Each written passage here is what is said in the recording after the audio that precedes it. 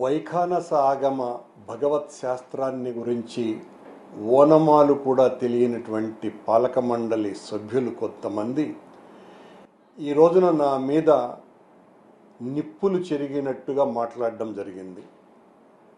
నేను ఈరోజు ఉదయం శ్రీ మహావిష్ణువు విగ్రహానికి జరుగుతున్నటువంటి అపచారం, అది కూడా సాక్షాత్తు శ్రీవారి పాదాల చెంత అలిపిరికి అతి సమీపంలో ఉన్నటువంటి ప్రాంతంలో ఈ రకమైన అపచారం జరుగుతోంది అన్నటువంటి విషయాన్ని వెలికి తీసి చూపిస్తే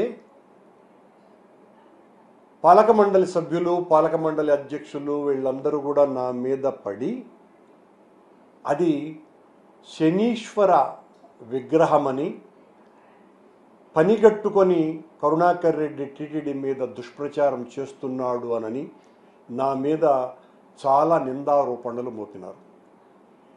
ఏ శాస్త్రం వీళ్లకు చెప్పిందో శంకు చక్రాలు ధరించినటువంటి విగ్రహం శని విగ్రహం ఎలా అవుతుందో ఈ ఋష్య పుంగవులకే తెలియాలి, లేదా ఈ ఆధునిక వేద భాష్యకారులకే తెలియాలి. శని విగ్రహం ఎలా ఉంటుంది అని చాలా స్పష్టంగా ఆగమంలో ఇది శని విగ్రహం. ఇందులో శనికి ఒక విల్లు, ఓ బాణము, ఓ త్రిశూలము. ఇది ఎక్కడైనా కూడా శని విగ్రహం ఉండేటువంటి జనరల్గా ఉండేటువంటి విగ్రహం.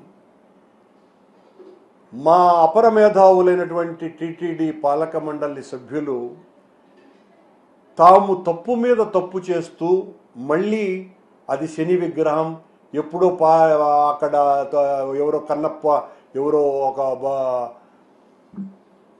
శిల్పి చెక్కి అక్కడ వెళ్ళిపోయినాడు అని, అంటే శిల్పి చెక్కి దేవతా విగ్రహాన్ని అలా పాడేస్తే తీసివేయవలసినటువంటి బాధ్యత మీ మీద లేదా? అంటే ఒకవేళ మీరన్నట్టుగానే శని విగ్రహం అయితే అది దేవతా విగ్రహం కాదా, దేవతా స్వరూపం కాదా? నేను అది శని విగ్రహం కానే కాదని, అది 100% శ్రీ మహావిష్ణు విగ్రహమేనని చాలా స్పష్టంగా శంకు చక్రాలు ధరించినటువంటి విగ్రహంగా చాలా స్పష్టంగా అది నిరూపించటం జరిగింది. మీరు జరిగిన తప్పును సరిదిద్దుకోకుండా నేను ఆడపోయి మందు బాటలు వేసినానంట. సరే, ఎంతకైనా దిగజారి మా మీద నిందలు మోపేటువంటి శక్తి ఉన్నది, మీకు యుక్తి ఉన్నది, అధికారము ఉన్నది. అక్కడ సీసీ కెమెరాలు ఉంటాయి, నిఘా వ్యవస్థ పూర్తిగా విఫలమైంది.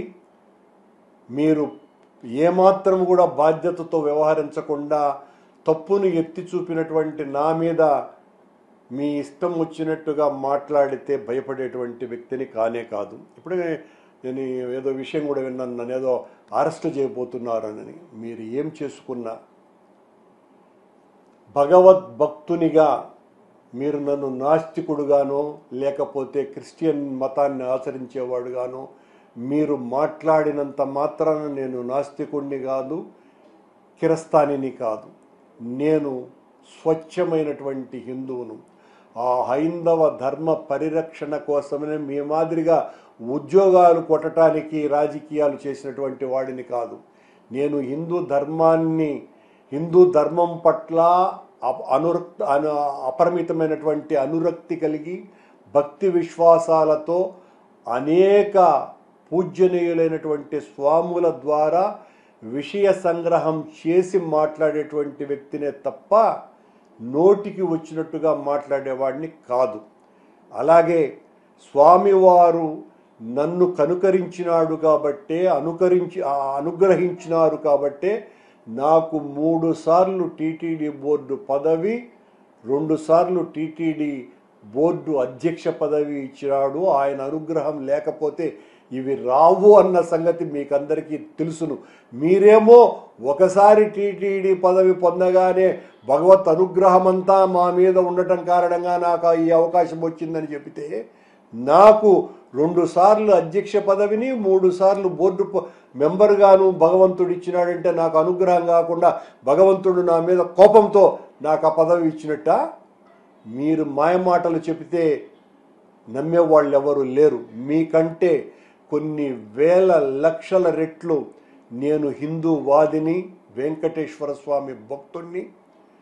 ఆ విగ్రహం అలా ఉంచటం 1.5 సంవత్సరాల కాలంగా మీ హయాంలో మీరు అధికారంలోకి వచ్చినప్పుడు, అధికారంలోకి రాకపూర్వము మా మీద విపరీతమైనటువంటి నిందారోపణలు మోపి మేము హైందవ వ్యతిరేకులము, హైందవ వ్యతిరేక ప్రచారం చేస్తున్నాము అని చెప్పినటువంటి వాళ్ళు మీ హయాంలో ఏం జరుగుతోంది అని నేను ఎత్తి చూపితే అది శనిగ్రహ విగ్రహం అని మాట్లాడతారా? శనిగ్రహానికి శంకు చక్రాలు ఉంటాయా? ఏం మాట్లాడతారండి? మీ ఇష్టం వచ్చినందుకు చేసుకోండి.